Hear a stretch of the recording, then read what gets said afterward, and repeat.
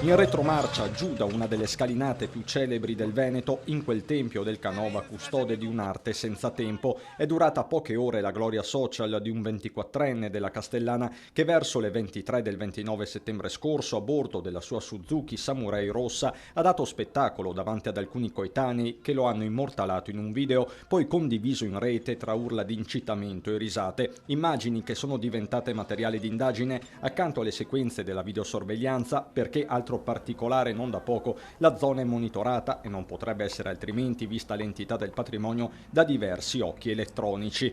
Il 24enne davanti ai militari ha ammesso la propria responsabilità e si è detto pentito e pronto a rimediare a eventuali danni. Sulla sua testa pende l'accusa di danneggiamento aggravato in luogo di culto e di interesse artistico. Alcuni gradini sarebbero stati scalfiti. In corso di identificazione i giovani che erano con lui e che hanno preferito registrare le sue gesta anziché fermarlo. Il caso quindi non è chiuso. I responsabili dell'opera dotazione del Tempio hanno presentato denuncia e ulteriori valutazioni tecniche saranno effettuate nei prossimi giorni dall'Arma di Castelfranco Veneto, d'intesa con la Procura e con i colleghi del Nucleo Tutela Patrimonio Culturale di Venezia. Anche in queste ore sul posto i militari della stazione di Pieve, al di là del codice penale, resta uno sfregio per un'intera comunità.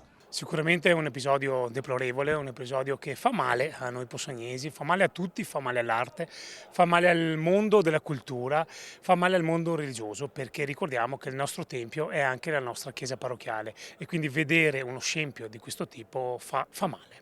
E proprio perché a essere colpito è un luogo dell'anima per il territorio, la conseguenza non può essere solo giudiziaria. Proveremo sicuramente a portare questi ragazzi nella strada giusta e quindi magari convertire questa loro pazzia, questa loro voglia di fare atti inconsueti e non coerenti con quelle che sono le norme del nostro vivere civile in magari delle attività sociali. Silenzio e rispetto, chiede il cartello affisso alle porte del Tempio, né uno né l'altro sono stati concessi e così nella patria del neoclassicismo mondiale è andata in scena la follia social dell'epoca moderna.